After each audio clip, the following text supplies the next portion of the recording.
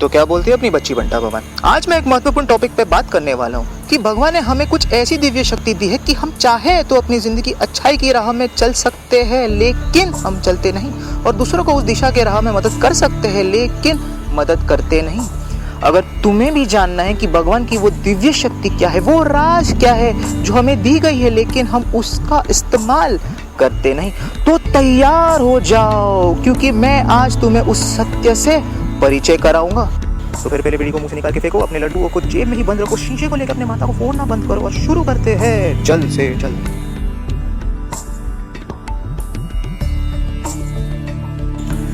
तो सबसे पहले मैं परिचय करता हूँ कि भगवान ने हम चूतिए मनुष्यों को क्या तोहफा दी है कि चाह के भी हम उसका इस्तेमाल नहीं करते हैं। जब ये संसार बना था ना, सबसे पहले तोहफा जो भगवान ने दिया हम सबको, और वो थी जिंदगी। फिर आता है दूसरा तोहफा, और वो तोहफा है अपनी शरीर जो 5 अंग का बना है, तुम्हारा 2 टांग 2 हाथ और तुम्हारा सर, जिसे भगवान ने ये दिव्य शक्ति दी। एक है सोच, दूसरा है सही और गलत में फर्क करना, और तीसरा है संयम रहना और कुछ कर दिखाने का जज्बा, जो दूसरे प्राणी को नहीं दिया है, सिर्फ हम इंसानों को ही दिया है। लोगों की ये जज्बा ने पूरी दुनिया बदल दी, लेकिन बाकी दिव्य शक्ति का लोगों ने ना कभी इस्तेमाल किया या फिर नजरअंदाज करके अपनी ही बकचोदी राह पे चल दिए।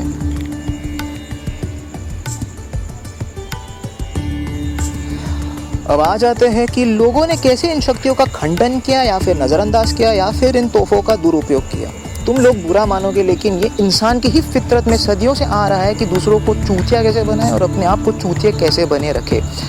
चलो एक उदाहरण देता हूँ। एक इंसान खुद एक वैज्ञानिक डब्बा बनाता है, फिर दूसरों को डब्बा दिखाता है, अपने मुंह से अब्बा डब्बा जब्बा बोल के लोगों को आकर्षित करता है कि लोग उसे खरीदे। फिर ज़्यादा लोग उसे खरीदते हैं, लगता है उसकी तो चांदी बन गई, और उसका काम बढ़ जाता है। वो काम करता है और दुनिया भर का तेल वाले समोसे, वड़ा पाव, पकौड़े बैठ के खाता रहता है और अपना वक्त बिताता है। फिर कुछ साल बाद वो बीमार हो जाता है, कोई भी बीमारी हो जाती है, डॉक्टर आराम कहने को कहता है, जिससे उसका काम ठप हो जाता है और फिर वो भगवान को ही कोसता है अपनी हालत के लिए। इन लोगों को हम होमो बकचोद कहते हैं, क्योंकि ये सिर्फ अपनी ही मतलब की दुनिया जीते हैं, लंबी लंबी पिकते हैं, और अगर उन्हें कुछ हुआ तो दूसरों पे इल्ज़ाम लगाते, भगवान को भी नहीं छोड़ते लोग। तो सत्य ये है कि पूरी दुनिया ही होमो बकचोद से भरी पड़ी है।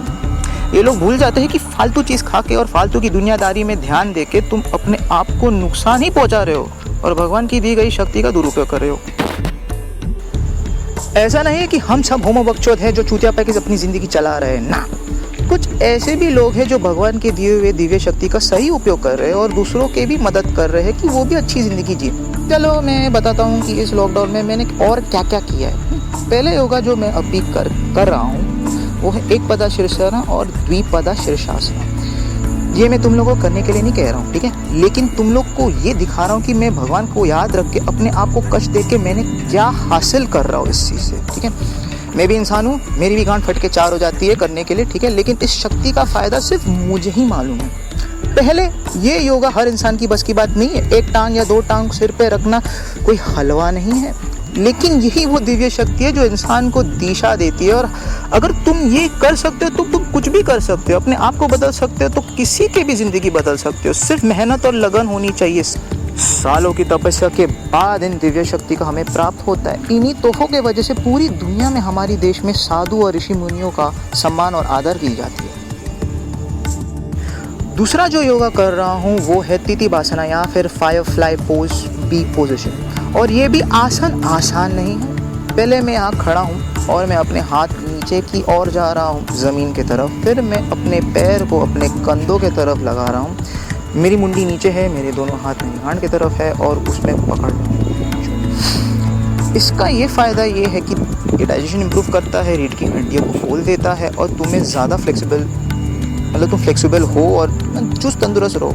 मेरे जैसे कई लोग YouTube में कोशिश कर रहे हैं कि दूसरों की मदद करके और उन्हें सही दिशा दिखाए, लेकिन उन्हें ना बहुत कम व्यूज़ मिलते हैं या फिर उन्हें व्यूज़ ही नहीं मिलते या फिर लाइक्स भी नहीं मिल जाते। लेकिन फालतू की दुनियादारी और हार्पिक पीने वाले लाइक वीडियोस को व्यूज़, लाइक्स और पैसे तीनों मिल जाते हैं, और इसके वजह से हमें कुछ भी नहीं मिलता, ना हमें कोई देखता भी नहीं।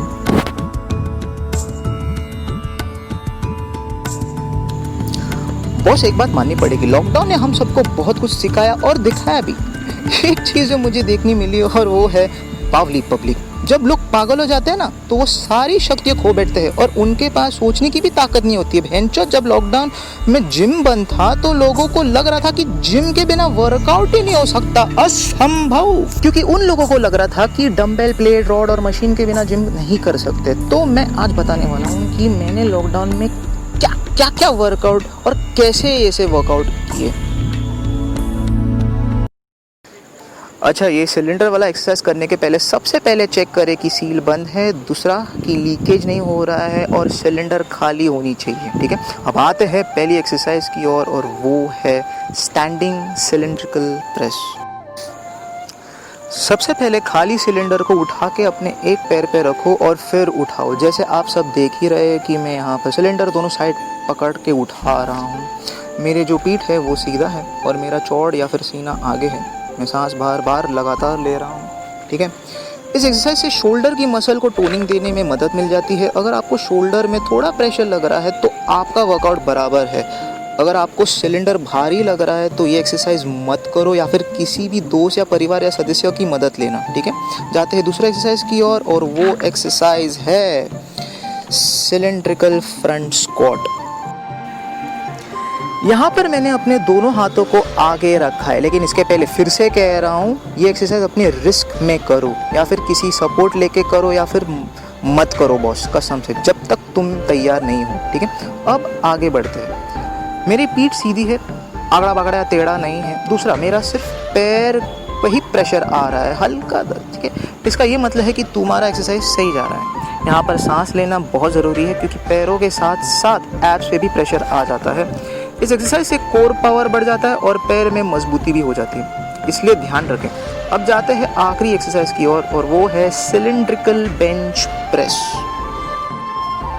यहाँ पर मैं सिलेंडर को चौड़ की ओर या चेस्ट की ओर रखा हूँ। जैसे आप देख रहे हो मेरे हाथ यहाँ वहाँ नहीं हिल रहे। अगर आपका हाथ हिल रहा है और बैलेंस बिगड़ रहा है, इसका मतलब ये है कि आप इस एक्सरसाइज के लिए तैयार नहीं हैं। ठीक है, याद रखना है क्योंकि ये एक्सरसाइज बहुत इंपॉर्टेंट है। अगर आप चेस्ट की शौकीन हैं, ये एक्सरसाइज से चेस्ट के मसल्स बढ़ जाते हैं। जो तुम रॉड से करते हो जिम में, वैसे ही तुम सिलेंडर से कर रहे हो, बस वही समझ लो। ठीक है, तो आपने देखा एक सिलेंडर से कितने एक्सरसाइज किए मैंने लॉकडाउन में। ये भगवान की ही देन है, जो हार नहीं मानता उसे राह भी भगवान देता है। बस इच्छा होनी चाहिए और कुछ कर दिखाने के लिए जज्बा, तब यही दिव्य शक्ति आपकी काम आएगी और आपकी ज़िंदगी को बदलने में मदद करेगी। बस उसको अपने अंदर खोजना और इस्तेमाल करना आपके ऊपर है।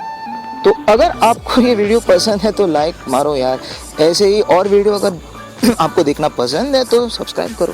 वो जो लाल वाला बटन है उस पर सिलेंडर फेंक के मारो या फिर बीड़ी के बंडल, मुझे नहीं मालूम, लेकिन दब जाना चाहिए। ठीक है, तब तक के लिए तकलियाँ।